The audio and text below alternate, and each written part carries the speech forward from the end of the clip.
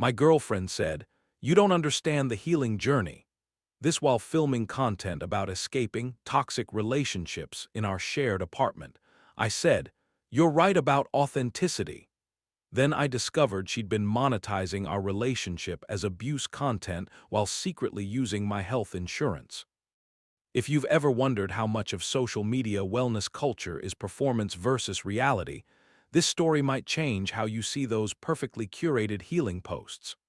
I'm Mark, 28, work as a paramedic for the city.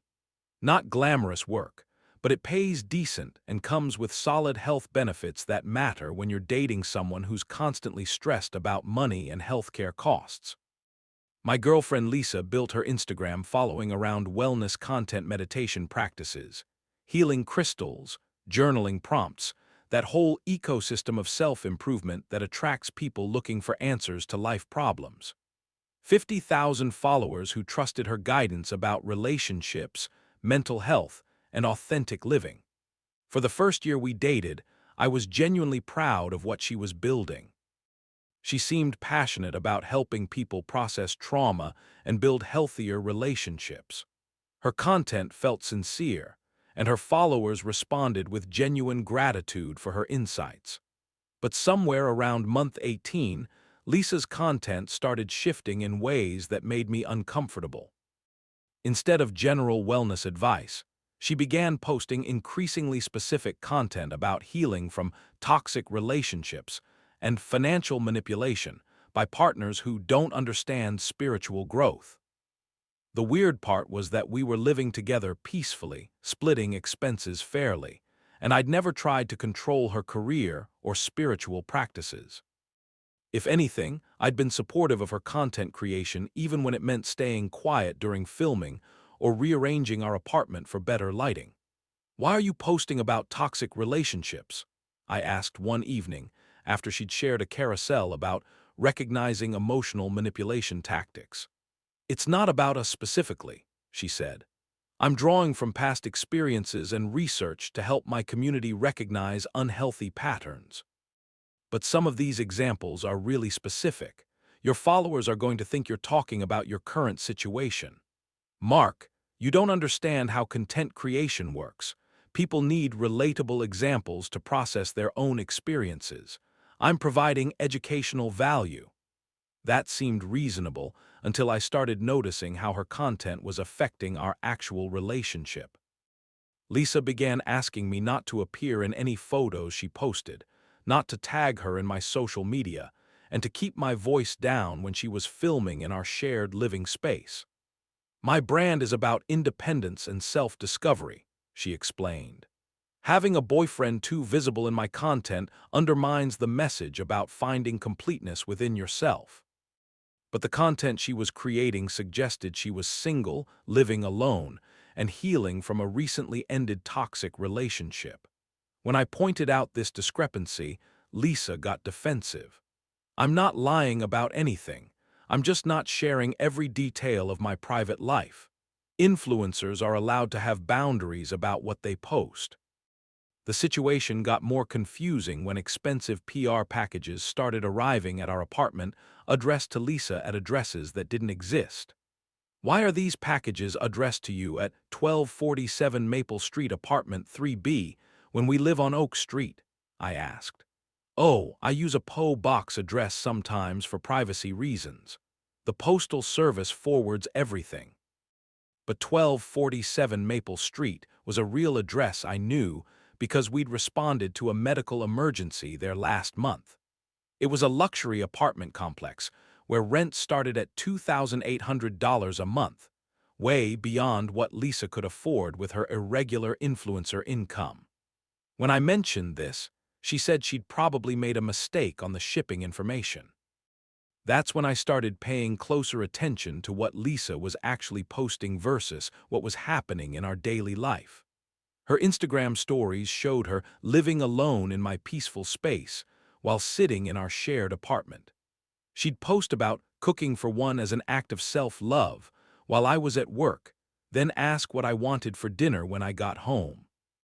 Most concerning were her posts about financial stress and not being able to afford therapy, when she was using my health insurance for weekly sessions that cost $150 each without coverage. The breaking point came when my coworker Danny mentioned that his girlfriend followed Lisa's account and had been sending him screenshots of her content. "Dude, your girlfriend's posts about her ex sound brutal," Danny said during our shift. "Ashley feels really bad for her, dealing with all that emotional manipulation. What posts about her ex? The stuff about him controlling her finances and not supporting her career. Ashley said she's been documenting her healing journey from that relationship for months." That night, I created a fake Instagram account to see Lisa's content from her followers' perspective. What I found made my stomach drop. For 6 months, Lisa had been posting detailed content about healing from a toxic relationship that sounded exactly like our relationship, except twisted into something unrecognizable. My concern about her not having stable income became financial control and manipulation. My requests for her to contribute to shared expenses became weaponizing money to maintain power. My support for her content creation became fake support designed to keep me dependent. She'd created an entire narrative about escaping emotional abuse while literally living with me, and using my health insurance for the therapy she was posting about not being able to afford. But the most disturbing discovery was how she was monetizing this content. Lisa had started a Patreon account where followers could pay for exclusive healing content and behind-the-scenes insights into recovery from narcissistic abuse. She was making $3,200 a month from people who believed they were supporting someone escaping a dangerous relationship. Meanwhile, she was asking me to cover groceries because influencer income is unpredictable. When I confronted Lisa with screenshots of her posts, her response revealed everything about how she viewed our relationship and her audience. "It's not about you specifically," she said. "I'm creating content that helps people process their own experiences with difficult relationships." "Lisa, you're literally describing our relationship as abusive while living in our apartment and using my health insurance." "I'm not describing our relationship. I'm describing patterns that exist in many relationships. You posted about your ex not letting you redecorate the apartment. Yesterday, you rearranged our entire living room without asking me. That's different. That was collaborative redecorating. You're taking money from people who think they're supporting an abuse survivor. I am supporting people through their healing journeys. The specific details of my situation aren't relevant to the value I'm providing." The cognitive dissonance was stunning. Lisa genuinely seemed to believe that creating fictional content about relationship trauma was somehow helping people, even when that content was based on completely misrepresenting our actual relationship. That's when I realized this wasn't just about social media performance, it was about how Lisa viewed truth, relationships, and her responsibility to the people who trusted her guidance. I started documenting our actual living situation and expenses, not to hurt Lisa, but to understand how deep the deception went. What I discovered was that Lisa had been living a completely double life.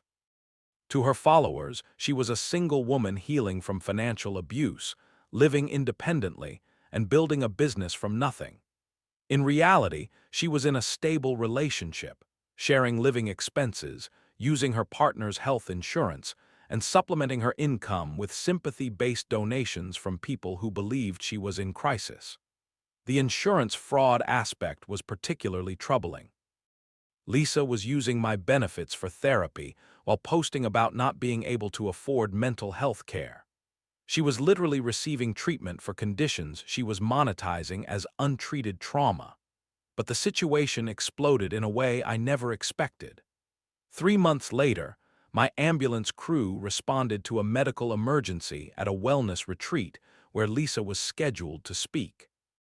One of the retreat participants had a severe allergic reaction, and while we were treating her, I overheard other attendees discussing how excited they were to meet Lisa, the influencer who'd escaped her toxic relationship and was living authentically in multiple cities.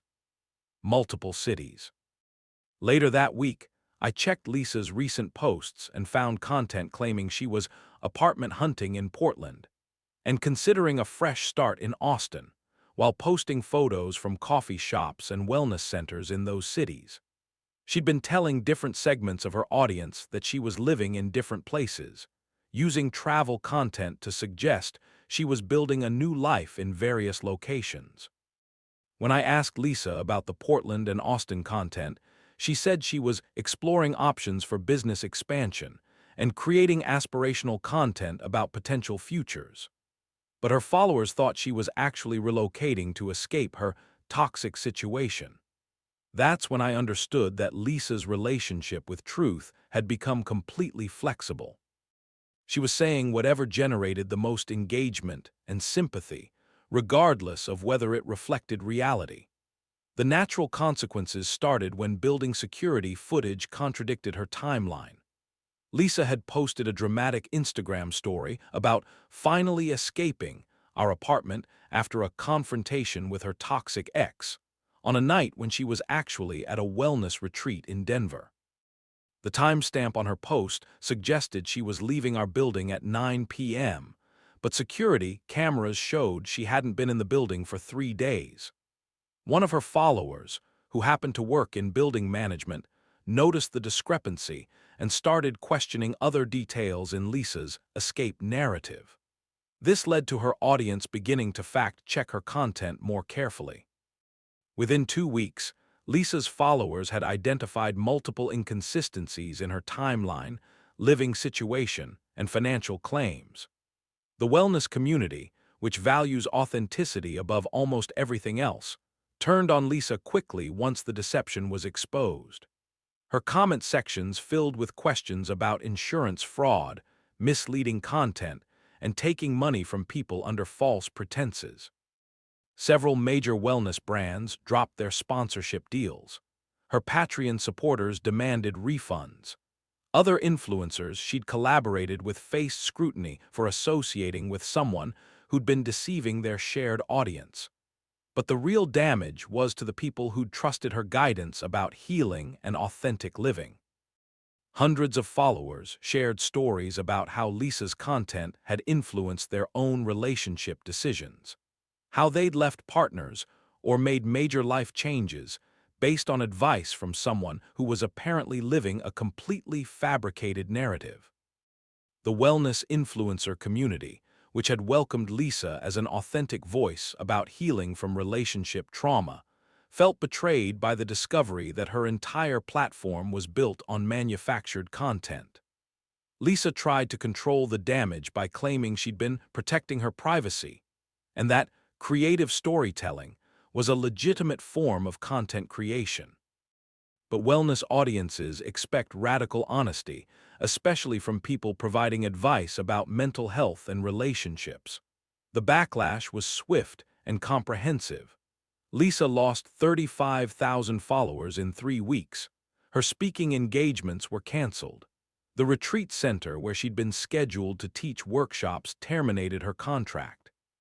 Most significantly, several former followers reported her to insurance fraud investigators for using benefits under false pretenses while claiming financial hardship to her audience.